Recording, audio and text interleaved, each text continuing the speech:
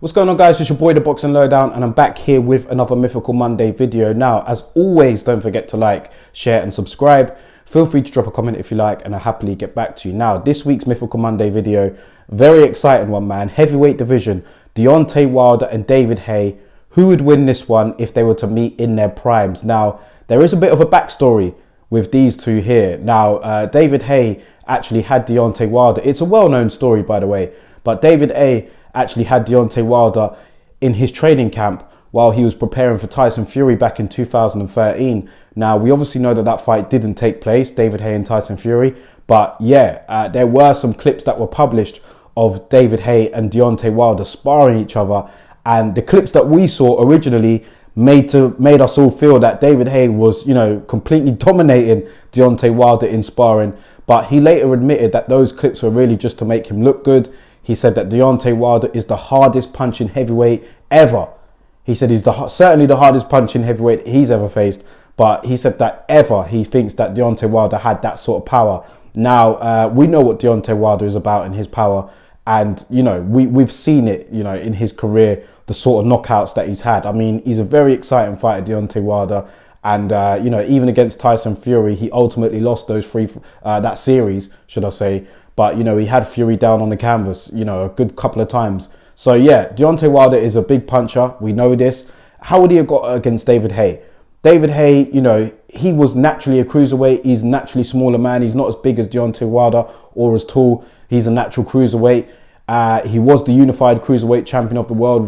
He was the #1 cruiserweight for sure. Moved up to heavyweight, picked up a world title there. You know, he defeated, you know, size wasn't really that big of a thing for him because he took on the likes of a Nikolai Valuev, who was he's the biggest heavyweight. He was very limited, but in terms of, you know, his height and his, you know, just his size and everything, I think he was the biggest heavyweight champion in terms of size recorded, you know what I mean, in terms of how tall and how long he was. I don't think that's changed. He was just, he was a very, very tall fighter, man, and, you know, wasn't very good. I'll say that, you know, in terms of his ability, he wasn't that great. But David Haye went out there, you know, it was literally a David and Goliath. I think that's what they actually called the fight as well, David versus Goliath. And David Haye won it. So, yeah, he picked up a world title at heavyweight. He, you know, he defended it a couple of times. He beat John Ruiz. He was impressive in that fight. He defeated Derek Chisora. You know, that was a big fight over here in the UK at the time.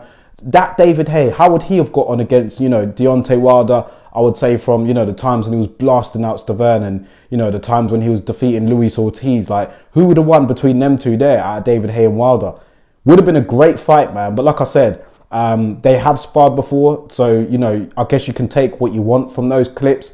But, you know, there's not really enough to really suggest as to who would win from that, hypothetically. I know it's all, like, mythical here.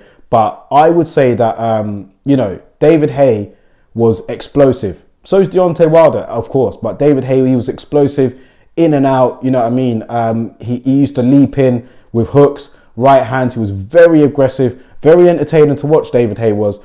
And yeah, he was very aggressive going forward. Even as a heavyweight, he wanted to get the knockout. He wanted to excite people. That was what he was all about, you know. Ultimately, it was his downfall, his athleticism, you know, his body started to break down. We saw that against Tony Bellew. And he wasn't the same fighter, but in his prime, you know, in his athletic prime, he was, you know, he was a marvel, even at heavyweight as well. He was more of a threat at cruiserweight, but at heavyweight, he was still knocking people out as well. So, yeah, Deontay Wilder, he'll be the bigger man in this fight, the longer reach. He's got chilling power, as we've seen. He's somebody that could be, you know, behind, he could be losing all the way up until the 12th round, and he could still get the knockout. You can think of fights against Artur Spilka, for example. He was losing that fight and he knocked him out. Brilliant shot. Literally stretched him out on the canvas. Luis Ortiz, in the second fight, he was winning nearly every round against Deontay Wilder until the 7th, where Wilder just landed just a beautiful right hand and knocked him out. So yeah, Wilder has that sort of chilling power. He's got a decent chin as well. I mean, against Fury, he was down a couple of times in that last fight, but, you know, he has shown that he can bounce back from adversity, particularly in that first Luis Ortiz fight. David Haye, he did have a couple of losses at heavyweight. Obviously, he did lose to Tony Bellew later on in his career, but the Vladimir Klitschko one sticks out to me because David Haye in that fight, you know, he was telling us what he was going to do. He was saying he was going to knock him out. He was going to do all this and that. But when the actual fight came around, he, you know, he flattered to deceive in that fight big time. You know, it wasn't impressive at all. And, you know, he wasn't able to get near Klitschko, who won that fight pretty easily. And David Haye then blamed his toe for the reasons for losing that fight. You know, didn't go down very well at all. Something people still talk about to this day. Now, got me thinking here for this mythical matchup. If the threat is big enough, and Deontay Wilder is certainly a huge threat, would David Haye be as confident, you know, leaping in with those shots and, you know, like throwing those right hands like he did and, you know, trying to take a guy out, knowing what could be coming back at him? Sparring is one thing, as we've seen in those clips, it is one thing, and we didn't see the whole sparring session, but, you know, in an actual fight, it's another thing. You know, there's no head guard, the gloves are smaller. Would David Haye have been as confident to leap in with Deontay Wilder with those sort of shots and tag him? You know, he would have got hit on the way in for sure. Deontay Wilder would have timed him, and you know, he would have had to have been very careful there. You know, he didn't really do it against Valuev either. You know, he did have him hurt at one point in the fight, Valuev, and then he did try and jump in, but it was really cat and mouse. That particular fight wasn't very entertaining. So what I'm trying to say is that, you know, the more of a threat of the opposition at heavyweight, David Haye, he wasn't as keen to just leap in and throw his shots like he did against John Ruiz, against Derek Chisora and those guys. You know, he was happy to do that, but, you know, he literally against like the bigger threats, he wasn't doing it like that.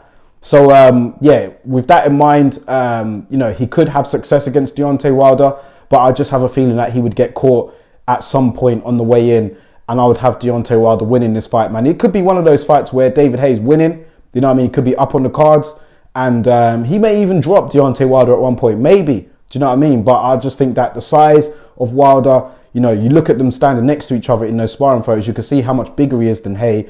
I think the size of Wilder, just the serious punching threat that he carries, I would have him over David Haye, in my opinion, man. And he showed that he could box as well, Wilder. You know, he gets a lot of stick by people for saying that he can't box, but I thought he did very well against Stavern in that first fight. You know, that went 12 rounds. I thought he was good then. And yeah, he is wild. Do you know what I mean? His punches go all over the place. But you have to say, at some point, you think he would land against Haye. And if he does land, that's where I think it would be a big issue, man. I think that it would probably take Haye out. But so I'm going to go with Deontay Wilder in this fight. It is a good fight. It would have been very entertaining, but I'm going to side with Deontay Wilder for this particular Mythical Monday matchup. Let me know your thoughts on it, guys. Who are you picking in this one? And as always, drop any recommendations for any Mythical Monday videos. And yeah, happy to hear your comments on this one, guys. So let me know your thoughts, and I'll catch you on the next video next week.